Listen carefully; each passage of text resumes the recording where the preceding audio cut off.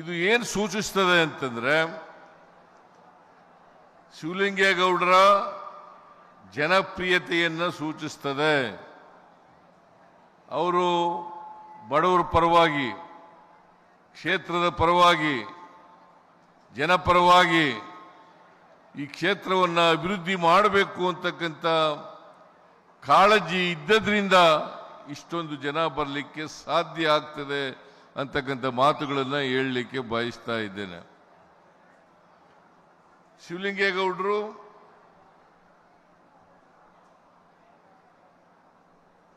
ಅವರ ಕ್ಷೇತ್ರದ ಅಭಿವೃದ್ಧಿ ಮಾಡಬೇಕಾದ್ರೆ ಹಠದ ಸ್ವಭಾವವನ್ನು ಇಟ್ಕೊಂಡಿರ್ತಕ್ಕಂಥವ್ರು ಹಠ ಮಾಡ್ತಾರೆ.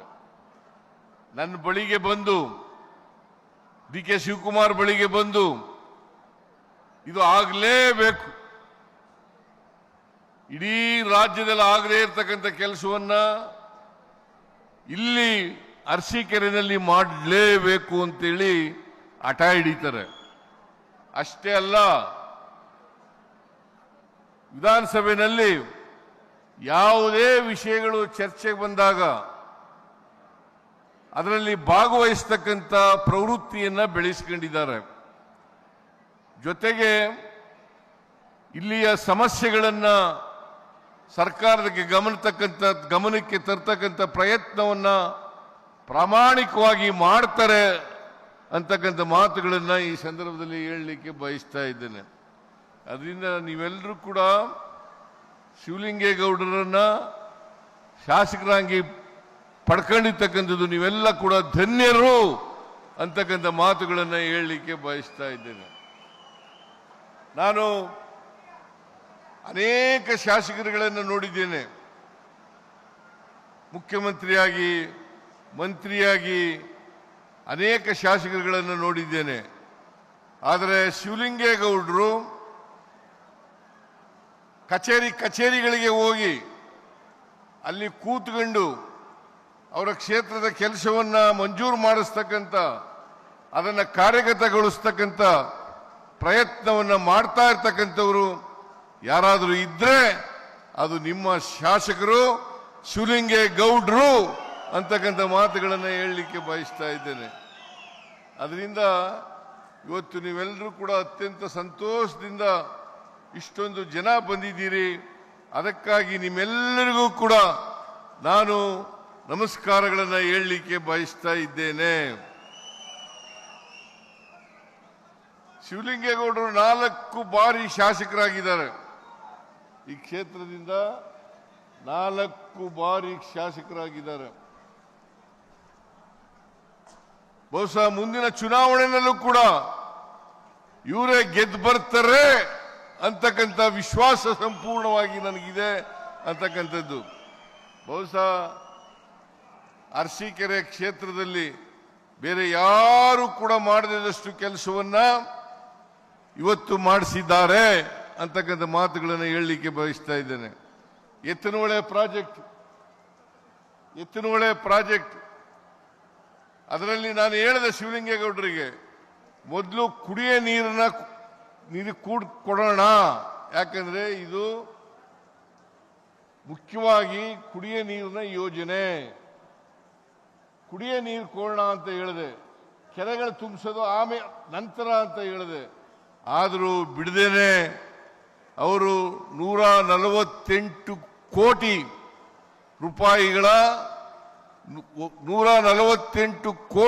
ರೂಪಾಯಿಗಳ 10 ಕೆರೆಗಳನ್ನು ತುಂಬಿಸ್ತಕ್ಕಂಥ ಯೋಜನೆಯನ್ನ ಮಾಡಿದ್ದಾರೆ. ನಾನು ಎತ್ತಿನಹೊಳೆ ಪ್ರಾಜೆಕ್ಟ್ ಪ್ರಾರಂಭ ಆದಾಗ ಇವರು ಆಗಲೂ ಹಠ ಮಾಡಿದ್ರು. ಹಾಸನದಲ್ಲಿ ಅರಸೀಕೆರೆ ತಾಲೂಕಿಗೆ ನೀರನ್ನು ಕೊಡ್ತಕ್ಕಂಥ, ಕುಡಿಯ ನೀರನ್ನು ಕೊಡ್ತಕ್ಕಂಥ, ಕೆರೆಗಳನ್ನು ತುಂಬಿಸ್ತಕ್ಕಂಥ ಕೆಲಸವನ್ನ ಮಾಡಲೇಬೇಕು ಅಂತಕ್ಕಂಥ ಮಾತುಗಳನ್ನು ಕೂಡ ಹೇಳಿದ್ದಾರೆ. ಈ ಎತ್ತಿನಹೊಳೆ ಪ್ರಾಜೆಕ್ಟ್ ಇದೆಯಲ್ಲ, ಈ ಪ್ರಾಜೆಕ್ಟು ಮುಖ್ಯವಾಗಿ ಕುಡಿಯ ನೀರಿನ ಯೋಜನೆ. 24 TMC ನೀರು ಬೇಕಾಗ್ತದೆ ಕುಡಿಯ ನೀರಿಗೆ ಮತ್ತು ಕೆರೆಗಳನ್ನು ತುಂಬಿಸ್ಲಿಕ್ಕೆ. 14 TMC ಕುಡಿಯ ನೀರಿಗೆ ಬೇಕು 10 TMC ಕೆರೆಗಳನ್ನು ತುಂಬಿಸ್ಲಿಕ್ಕೆ ಬೇಕಾಗ್ತದೆ.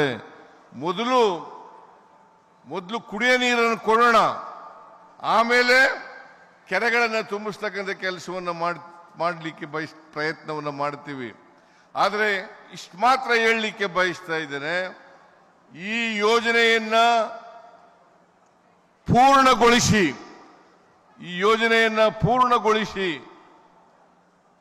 ಕುಡಿಯ ನೀರು ಮತ್ತು 527 ಕೆರೆಗಳನ್ನು ತುಂಬಿಸ್ತಕ್ಕಂಥ ಕೆಲಸವನ್ನ ಮಾಡ್ತೇವೆ ಅಂತಕ್ಕಂಥ ಮಾತುಗಳನ್ನು ಈ ಸಂದರ್ಭದಲ್ಲಿ ಹೇಳಲಿಕ್ಕೆ ಬಯಸ್ತಾ ಇದ್ದೇನೆ. ಇವತ್ತು ಸುಮಾರು 570 ಕೋಟಿ ರೂಪಾಯಿಗಳ ಅಭಿವೃದ್ಧಿ ಕಾರ್ಯಕ್ರಮಗಳಿಗೆ ಶಂಕುಸ್ಥಾಪನೆ ಮತ್ತು ಉದ್ಘಾಟನೆ ಕಾರ್ಯಕ್ರಮವನ್ನು ಮಾಡ್ತಾ ಇದ್ದೀವಿ.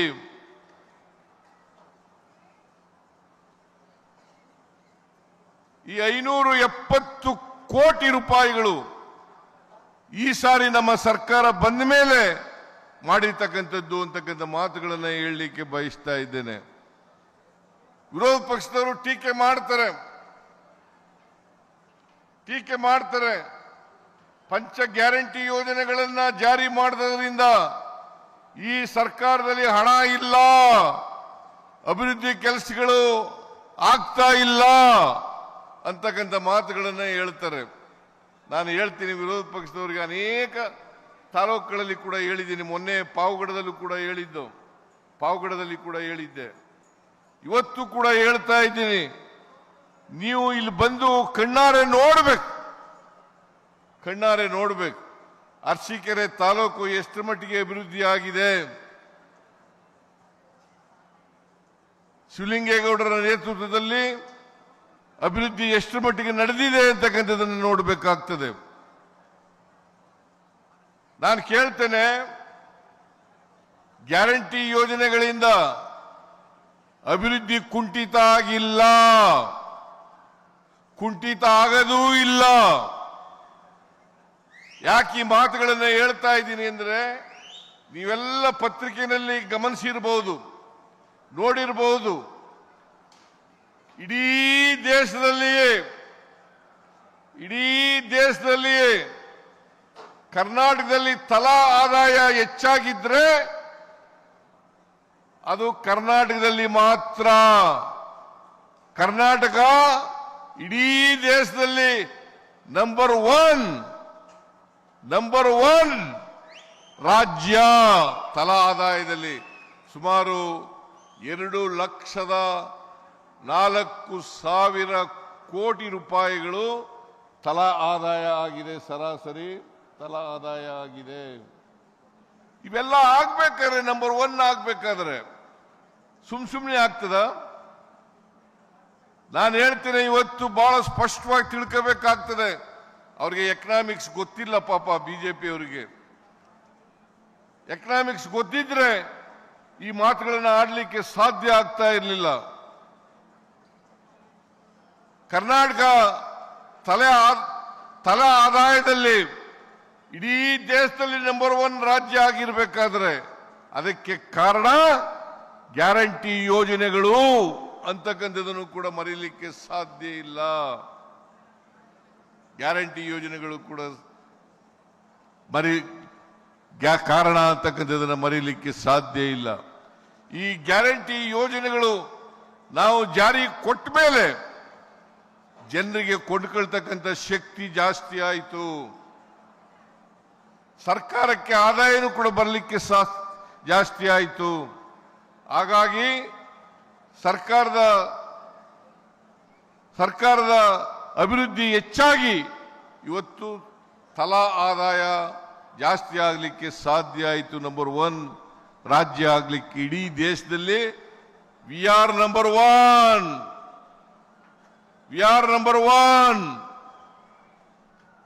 ಇದು ಅರ್ಥ ಆಗಬೇಕು, ವಿರೋಧ ಪಕ್ಷದವರಿಗೆ ಅರ್ಥ ಆಗಬೇಕು. ಇದು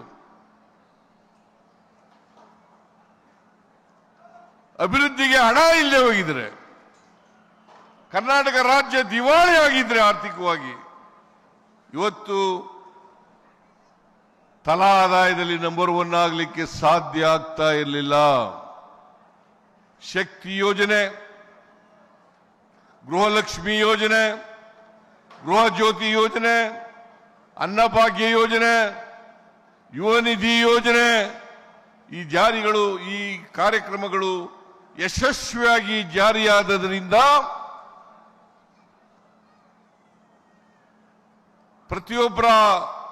ಪ್ರತಿಯೊಬ್ಬ ವ್ಯಕ್ತಿಯ ಕೊಂಡ್ಕೊಳ್ತಕ್ಕಂಥ ಶಕ್ತಿ ಜಾಸ್ತಿ ಆದದರಿಂದ ಇವತ್ತು ರಾಜ್ಯ ಅಭಿವೃದ್ಧಿನಲ್ಲಿ ಮುಂಚೂಣಿನಲ್ಲಿ ಇದೆ ಅಂತಕ್ಕಂಥ ಮಾತುಗಳನ್ನು ಹೇಳಲಿಕ್ಕೆ ಬಯಸ್ತಾ ಇದ್ದೇನೆ.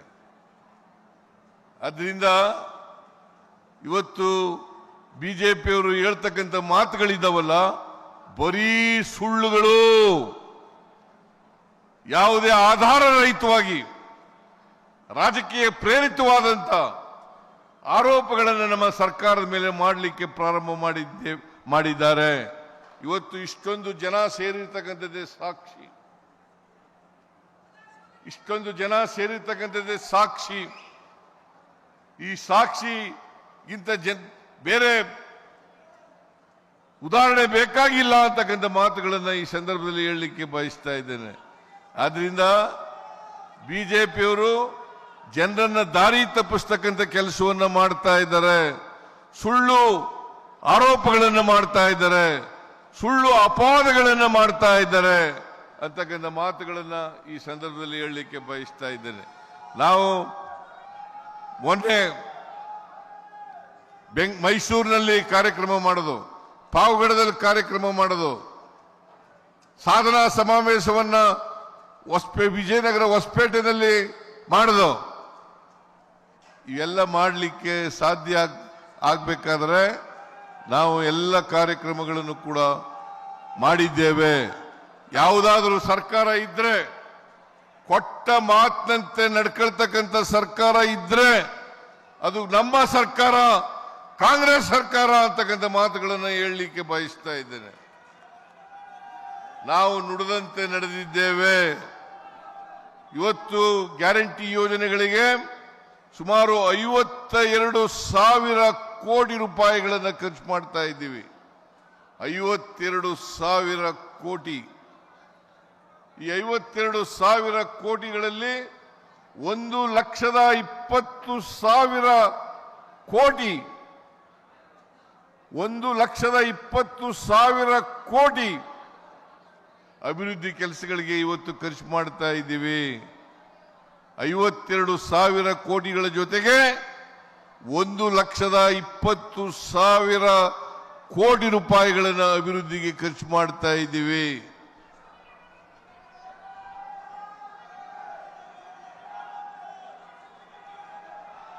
ಶಿವಲಿಂಗೇಗೌಡರಿಗೆ ರಾಜಕೀಯ ಭವಿಷ್ಯ ಇದೆ. ಕೂತ್ಕೊಳ್ರಿ, ಕೂತ್ಕೊಳ್ರಿ. ರಾಜಕೀಯ ಭವಿಷ್ಯ ಇದೆ. ಮುಂದಿನ ದಿನಗಳಲ್ಲಿ ಕೂತ್ಕೊಳ್ರಿ.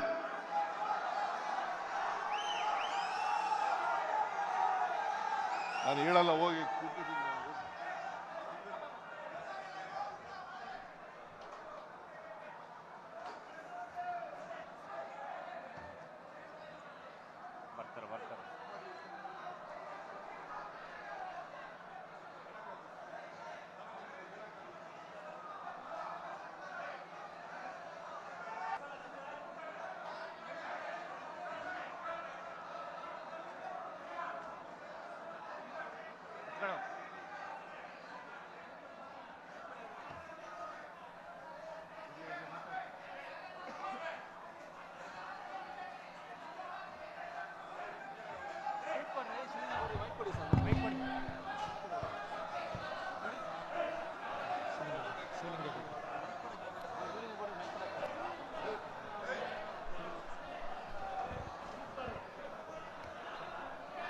ನೋಡೆ ಸುಮ್ಮನೆ ಇದೇನು ಸುಮ್ಮನೆ ಅಪಾಶ ಸುಧಾರಣೆ ಹೇಳ್ತೀನಿ. ನೀವೇನಾರು ಶಿವಲಿಂಗೇಗೌಡ ಪರವಾದವರೋ ವಿರುದ್ಧವಾದವರು? ಪರವಾದವರಾದ್ರೆ ಸುಮ್ಮನೆ ಕೂತ್ಕೋಬೇಕು, ಅವ್ರಿಗೆ ಗೊತ್ತಾಗ್ತಲ್ವಾ? ಸುಮ್ಮನೆ ಏಯ್ ಸುಮ್ಮನೆ ಕೂತ್ಕೊಳ್ತಾ ಇದ್ರು ನೋಡಿ, ಅದೇ ಕೂತ್ಕೊಳ್ರಿ. ಸುಮ್ಮನೆ ಹೇಳ್ತೀನಿ. ಮಂತ್ರಿ ಮಾಡೋದು ಬಿಡೋದು ಹೈಕಮಾಂಡು ಮತ್ತು ಸರ್ಕಾರ. ಇಲ್ಲಿ ಬಹಿರಂಗವಾಗಿ ಎಲ್ಲಾನು ಹೇಳಕ್ಕಾಗಲ್ಲ. ನಾನು ಹೇಳಿದ್ದೀನಿ, ಶಿವಲಿಂಗೇಗೌಡರಿಗೆ ಮುಂದೆ ರಾಜಕೀಯವಾದಂತ ಒಳ್ಳೆ ಭವಿಷ್ಯ ಇದೆ ಅಂತಕ್ಕಂಥ ಮಾತುಗಳನ್ನು ಹೇಳಿದ ಮೇಲೆ ಸುಮ್ಮನೆ ಇರಬೇಕು. ಕೂತ್ಕೊಳ್ಳಪ್ಪ.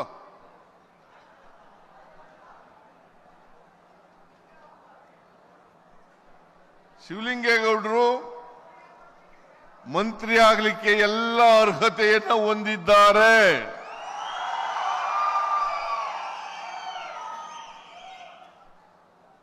ನೀವು ಕೂಡ ಅವರ ವ್ಯಕ್ತಿತ್ವವನ್ನು ಗಮನಿಸಿ 4 ಬಾರಿ ಗೆಲ್ಲಿಸಿದ್ದೀರಿ.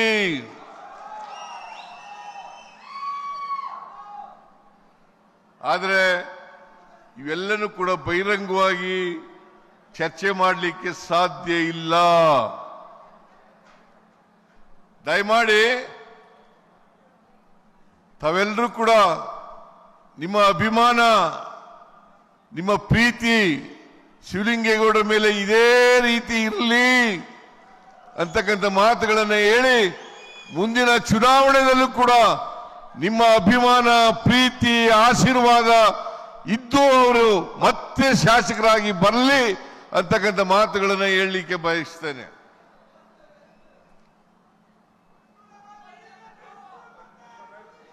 ಕಳೆದ ವಿಧಾನಸಭಾ ಚುನಾವಣೆಯಲ್ಲಿ ಕಾಂಗ್ರೆಸ್ ಪಕ್ಷಕ್ಕೆ 136 ಸ್ಥಾನಗಳನ್ನು ಗೆಲ್ಲಿಸಿಕೊಟ್ಟಿದ್ದೀರಿ. 136 ಸ್ಥಾನಗಳನ್ನು ಗೆಲ್ಲಿಸಿಕೊಟ್ಟಿದ್ದೀರಿ.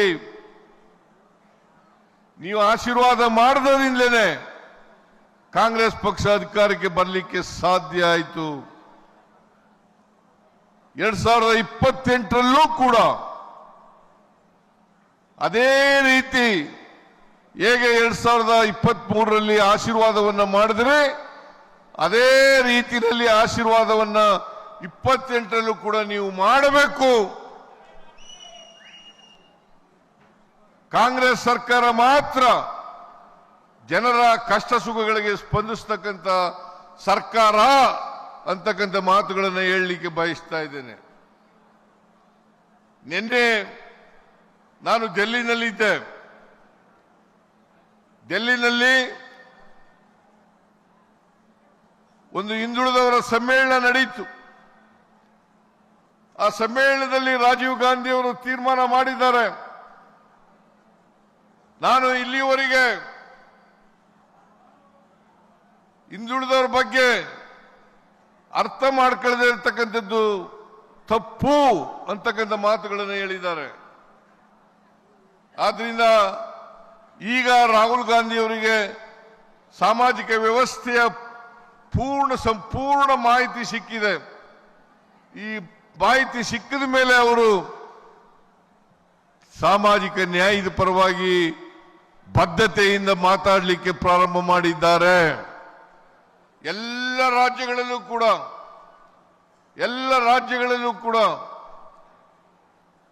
ಎಲ್ಲ ಜನರ ಆರ್ಥಿಕ, ಸಾಮಾಜಿಕ, ಶೈಕ್ಷಣಿಕ, ರಾಜಕೀಯ, ಔದ್ಯೋಗಿಕ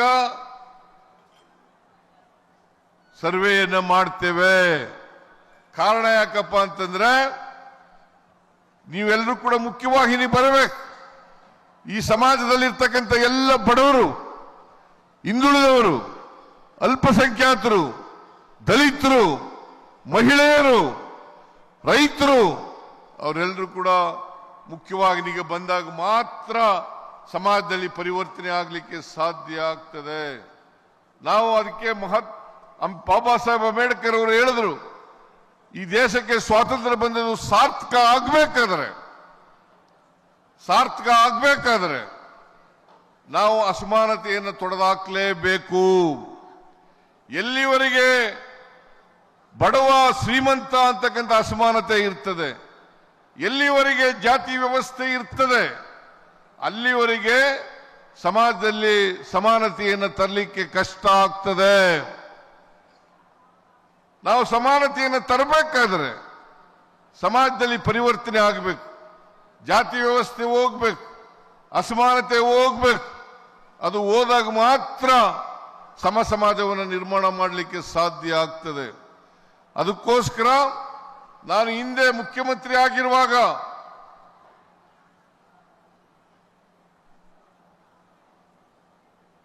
ಎರಡ್ 2013ರಿಂದ 2018ರವರೆಗೆ ಮುಖ್ಯಮಂತ್ರಿ ಆಗಿರುವಾಗ ಅನೇಕ ಭಾಗ್ಯಗಳ ಕಾರ್ಯಕ್ರಮವನ್ನು ಕೊಟ್ಟು ಆ ಭಾಗ್ಯಗಳ ಕಾರ್ಯಕ್ರಮದ ಮೂಲಕ ಬಡವರಿಗೆ, ದಲಿತರಿಗೆ, ಹಿಂದುಳಿದವರಿಗೆ, ಅಲ್ಪಸಂಖ್ಯಾತರಿಗೆ, ಮಹಿಳೆಯರಿಗೆ ಶಕ್ತಿ ತುಂಬತಕ್ಕಂಥ ಕೆಲಸವನ್ನು ಮಾಡೋದು.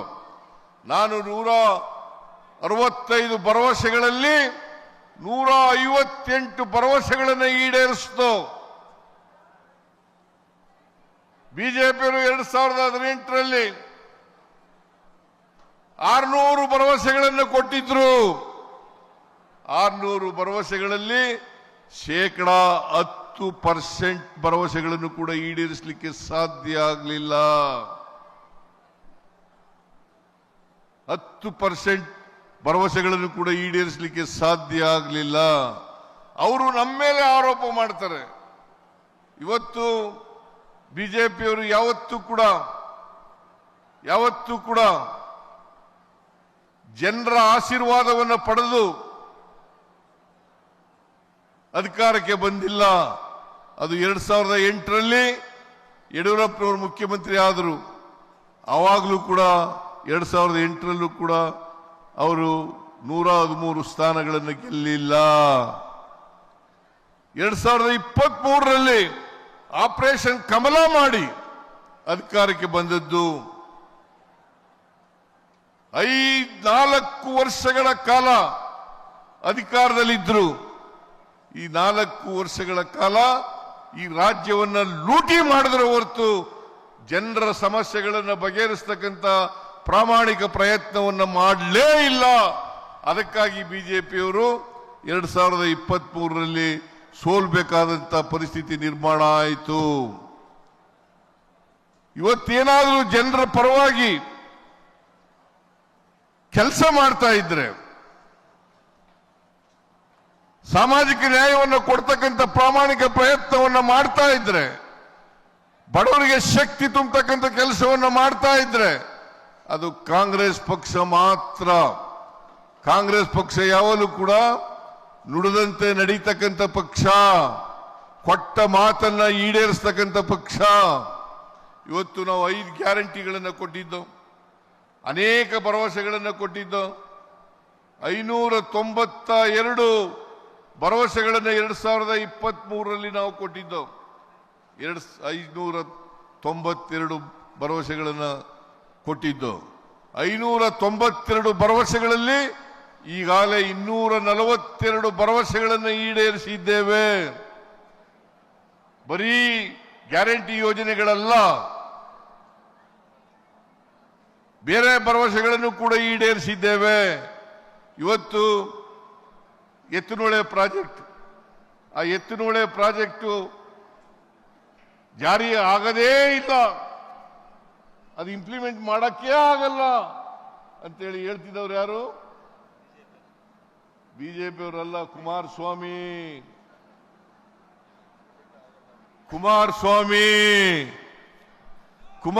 ಹೇಳಿದ್ರು ಎತ್ತಿನಹೊಳೆ ಪ್ರಾಜೆಕ್ಟ್ ಅನ್ನ ಮಾಡ್ಲಿಕ್ಕೆ ಸಾಧ್ಯನೇ ಇಲ್ಲ. ಇವತ್ತಿನವರೆಗೆ ಸುಮಾರು 17,000 ಕೋಟಿ ರೂಪಾಯಿಗಳನ್ನು ಖರ್ಚು ಮಾಡಿದ್ದೀವಿ. ಮೊದಲನೇ ಹಂತದ ಕೆಲಸ ಪೂರ್ಣ ಆಗಿದೆ, 2ನೇ ಹಂತದ ಕೆಲಸ ಪ್ರಾರಂಭ ಆಗಿದೆ. ಇನ್ನೂ 6,000 ಕೋಟಿಗೂ ಹೆಚ್ಚು ಹಣ ಬೇಕಾಗ್ತದೆ. ನಾನು ಹೇಳ್ತೀನಿ, ಇನ್ನು 2 ವರ್ಷಗಳಲ್ಲಿ ಎತ್ತಿನಹೊಳೆ ಪ್ರಾಜೆಕ್ಟ್ ಅನ್ನು ಸಂಪೂರ್ಣವಾಗಿ ಮುಗಿಸಿ ಮೊದಲನೇ ಹಂತ 2ನೇ ಹಂತ ಕಾರ್ಯಕ್ರಮಗಳನ್ನು ಕೂಡ ಪೂರ್ಣಗೊಳಿಸಿ ಈ ಕುಡಿಯ ನೀರನ್ನ 7 ಜಿಲ್ಲೆಗಳಿಗೆ 7 ಜಿಲ್ಲೆಗಳಿಗೆ ಕೊಡ್ತೇವೆ ಅಂತಕ್ಕಂಥ ಮಾತುಗಳನ್ನು ಈ ಸಂದರ್ಭದಲ್ಲಿ ಹೇಳಲಿಕ್ಕೆ ಬಯಸ್ತಾ ಇದ್ದೇನೆ. ಅದರಿಂದ ಕುಮಾರಸ್ವಾಮಿ ರಾಜಕೀಯವಾಗಿ ಹೇಳದಂತ ಮಾತು ಯಾವ ಕಾರಣಕ್ಕೂ ಕೂಡ ಎತ್ತಿನಹೊಳೆ ಪ್ರಾಜೆಕ್ಟ್ ಅನ್ನ ಮುಗಿಸ್ಲಿಕ್ಕೆ ಸಾಧ್ಯ ಇಲ್ಲ, ನೀರು ಸಿಗೋದಿಲ್ಲ, ನೀರು ಬರಲ್ಲ, ಕುಡಿಯೋ ನೀರು ಕೊಡಕ್ಕಾಗಲ್ಲ ಅಂತೆಲ್ಲ ಹೇಳಿದ್ರು. ಆದ್ರೆ ನಾನು ಹೇಳ್ತೀನಿ, ಎತ್ತಿನಹೊಳೆ ಪ್ರಾಜೆಕ್ಟ್ ಈಗಾಗಲೇ ಇವತ್ತು 148 ಕೋಟಿ 80 ಲಕ್ಷ 148 ಕೋಟಿ 80 ಲಕ್ಷ ಖರ್ಚು ಮಾಡಿ ಇಲ್ಲಿಗೆ ಮೊನ್ನೆ ಕ್ಯಾಬಿನೆಟ್ ಮೀಟಿಂಗ್ ನಲ್ಲಿ ಅನುಮೋದನೆಯನ್ನು ಕೊಟ್ಟಿದ್ದೀವಿ. ಆರ್ಡರ್ಸ್ ಕೂಡ ಆಯ್ತು. ಇದು ಆಗಬೇಕಾದ್ರೆ ಶಿವಲಿಂಗೇಗೌಡರು ಕಾರಣ, ಅವರ ಒತ್ತಾಯ ಕಾರಣ, ಅವರ ಹಠ ಕಾರಣ ಅಂತಕ್ಕಂಥ ಮಾತುಗಳನ್ನು ಹೇಳಲಿಕ್ಕೆ ಬಯಸ್ತಾ ಇದ್ದೇನೆ. ಆದ್ರಿಂದ ಕಾಂಗ್ರೆಸ್ ಸರ್ಕಾರ ಎಲ್ಲರಿಗೂ ಸಾಮಾಜಿಕ ನ್ಯಾಯ ಕೊಡಬೇಕು. ನಮ್ದೇ ಈ 5 ಗ್ಯಾರಂಟಿ ಯೋಜನೆಗಳಿದಾವಲ್ಲ, ಯಾವುದೇ ಜಾತಿ ಇಲ್ಲ, ಯಾವುದೇ ಧರ್ಮ ಇಲ್ಲ, ಮತ್ತೆ ಪಕ್ಷಾತೀತವಾಗಿ ಕೊಡ್ತಾ ಇದ್ದೇವೆ. ಹಾಸನ ಜಿಲ್ಲೆಯಲ್ಲಿ ಜೆಡಿಎಸ್ನವರು ತಗತಾ ಇಲ್ವಾ? ಈ ಕಾರ್ಯಕ್ರಮದ ಅಡಿನಲ್ಲಿ ಶಕ್ತಿ ಯೋಜನೆಯಲ್ಲಿ ಜೆಡಿಎಸ್ನವರು ಫ್ರೀ ಬಸ್ ಪ್ರಯಾಣ ಮಾಡ್ತಾ ಇಲ್ವಾ? ಶಕ್ತಿ ಯೋಜನೆ ಆಯ್ತು. ಗೃಹಲಕ್ಷ್ಮಿ ಯೋಜನೆಯಲ್ಲಿ 2,000 ರೂಪಾಯಿ ಜೆಡಿಎಸ್ನ ಮಹಿಳೆಯರಿಗೆ ಸಿಗ್ತಾ ಇಲ್ವಾ? ಅದರಿಂದ ನಾವೆಲ್ಲ ಜನರನ್ನು ಕೂಡ ಇಟ್ಕೊಂಡು ಗಮನದಲ್ಲಿ ಇಟ್ಕೊಂಡು ಒಟ್ಟಾರೆ ಬಡವರು ಯಾವುದೇ ಪಕ್ಷದಲ್ಲಿರಲಿ, ಯಾವುದೇ ಜಾತಿಗೆ ಸೇರಿರಲಿ, ಯಾವುದೇ ಧರ್ಮಕ್ಕೆ ಸೇರಿರಲಿ, ಎಲ್ಲ ಜಾತಿಯವರಿಗೂ ಕೂಡ ಇವತ್ತು ಶಕ್ತಿ ತುಂಬತಕ್ಕಂಥ ಕೆಲಸವನ್ನ ಮಾಡ್ತಾ ಇದ್ದೀವಿ. ಆದ್ರಿಂದ ಬಿಜೆಪಿಯವರು ಹೇಳ್ತಕ್ಕಂಥ ಮಾತುಗಳು, ಜೆಡಿಎಸ್ನವರು ಹೇಳ್ತಕ್ಕಂಥ ಮಾತುಗಳು ಯಾವುದೇ ಸತ್ಯಾಂಶದಿಂದ ಕೂಡಿಲ್ಲ, ಸತ್ಯಕ್ಕೆ ದೂರವಾದಂಥ ಮಾತುಗಳನ್ನು ಆಡ್ತಾ ಇದ್ದಾರೆ. ನಿಮ್ಮ ಆಶೀರ್ವಾದ ಎಲ್ಲಿವರೆಗೆ ಇರ್ತದೆ ಅಲ್ಲಿವರೆಗೆ ನಾವು ಉತ್ತಮವಾದಂಥ ಕೆಲಸಗಳನ್ನು ಮಾಡ್ತೇವೆ ಅಂತಕ್ಕಂಥ ಮಾತುಗಳನ್ನು ಹೇಳಲಿಕ್ಕೆ ಬಯಸ್ತಾ ಇದ್ದೇನೆ. ಇವತ್ತು ಇಂಜಿನಿಯರಿಂಗ್ ಕಾಲೇಜ್ ಉದ್ಘಾಟನೆ ಆಗಿದೆ. Engineering college, engineering college, polytechnic, engineering college, polytechnic 4 ಸಬ್ಜೆಕ್ಟ್ಗಳನ್ನು ಇಂಟ್ರೊಡ್ಯೂಸ್ ಮಾಡಿದೀವಿ. ಈ ವರ್ಷದಿಂದ 4 ಸಬ್ಜೆಕ್ಟ್ಗಳು ಇಂಟ್ರೊಡ್ಯೂಸ್ ಆಗಿದ್ದಾವೆ. ಯಾಕಂತಂದ್ರೆ ಹಳ್ಳಿಗಾಡಿನ ಜನ ಇಂಜಿನಿಯರ್ಗಳಾಗಬೇಕು, ಡಾಕ್ಟರ್ಗಳಾಗಬೇಕು, ವೈದ್ಯರುಗಳ ಆಗಬೇಕು ಅಂತೇಳಿ ಇದನ್ನ ಮಾಡ್ತಾ ಇರ್ತಕ್ಕಂಥ ಕೆಲಸವನ್ನು ಮಾಡ್ತಾ ಇದ್ದೀವಿ. ನಾವು ಇವತ್ತು ಕಾಂಗ್ರೆಸ್ ಸರ್ಕಾರ ನೀರಾವರಿಗೆ, ಪಿಡಬ್ಲ್ಯೂಡಿಗೆ, ಶಿಕ್ಷಣಕ್ಕೆ, ಆರೋಗ್ಯಕ್ಕೆ ಹೆಚ್ಚು ಒತ್ತು ಕೊಟ್ಟು ಕೆಲಸವನ್ನು ಮಾಡ್ತಾ ಇದ್ದೀವಿ. ಇವತ್ತು ಹಾಸನ ಜಿಲ್ಲೆನಲ್ಲಿ ಅರಸೀಕೆರೆಯಲ್ಲಿ ಹೆಚ್ಚು ತೆಂಗು ಬೆಳೀತಕ್ಕಂಥದ್ದು ಅಲ್ಲ, ಅರಸೀಕೆರೆಯಲ್ಲಿ ಹೆಚ್ಚು ತೆಂಗು ಬೆಳೀತಕ್ಕಂಥದ್ದು, ತೆಂಗು ಬೆಳೀತಕ್ಕಂಥದ್ದು.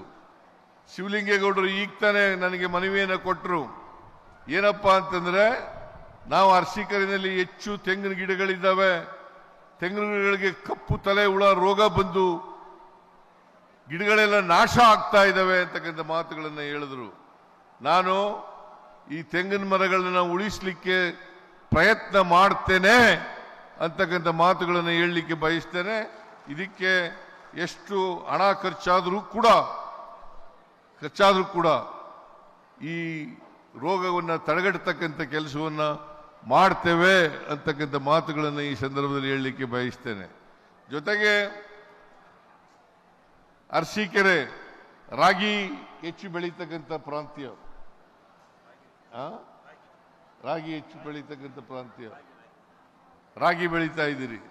ಅದನ್ನು ಕೂಡ MSP ನಲ್ಲಿ ಮಿನಿಮಮ್ ಸಪೋರ್ಟ್ ಪ್ರೈಸ್ ಅದರಲ್ಲೂ ಕೂಡ ಕೊಂಡ್ಕೊಳ್ತಕ್ಕಂಥ ಪ್ರಯತ್ನವನ್ನು ಮಾಡ್ತಾ ಇದ್ದೀವಿ. ಅದು ಇಡೀ ರಾಜ್ಯದಲ್ಲಿ ಕೊಂಡ್ಕೊತಾ ಇದ್ದೀವಿ. ಅರಸೀಕೆರೆ ತಾಲೂಕಿನಲ್ಲೂ ಕೂಡ ಕೊಂಡ್ಕೊತಾ ಇದ್ದೀವಿ. ಅದರಿಂದ ನಾವು ನಮ್ಮ ಸರ್ಕಾರ ಅಧಿಕಾರಕ್ಕೆ ಬಂದ ಮೇಲೆ ಎಲ್ಲ ಬಡವರು, ರೈತರು, ಮಹಿಳೆಯರು, ಕಾರ್ಮಿಕರು ಇವರಿಗೆ ಹೆಚ್ಚು ಒತ್ತು ಕೊಟ್ಟು ಕೆಲಸವನ್ನು ಮಾಡ್ತಕ್ಕಂಥ ಪ್ರಯತ್ನವನ್ನು ಮಾಡ್ತಾ ಇದ್ದೀವಿ. ಜೊತೆಗೆ ಕಳೆದ ಸಾರಿ ಶ್ರೇಯಸ್ ಪಟೇಲ್ ಅವರನ್ನು ಲೋಕಸಭೆಯಲ್ಲಿ ಕಳಿಸಿಕೊಟ್ಟಿದ್ದೀರಿ, ಕಳಿಸಿಕೊಟ್ಟಿದ್ದೀರಿ. ಬಹುಶಃ ಇತಿಹಾಸವನ್ನು ನಿರ್ಮಾಣ ಮಾಡಿದ್ದೀರಿ, ಇತಿಹಾಸ ನಿರ್ಮಾಣ ಮಾಡಿದ್ದೀರಿ ನೀವು.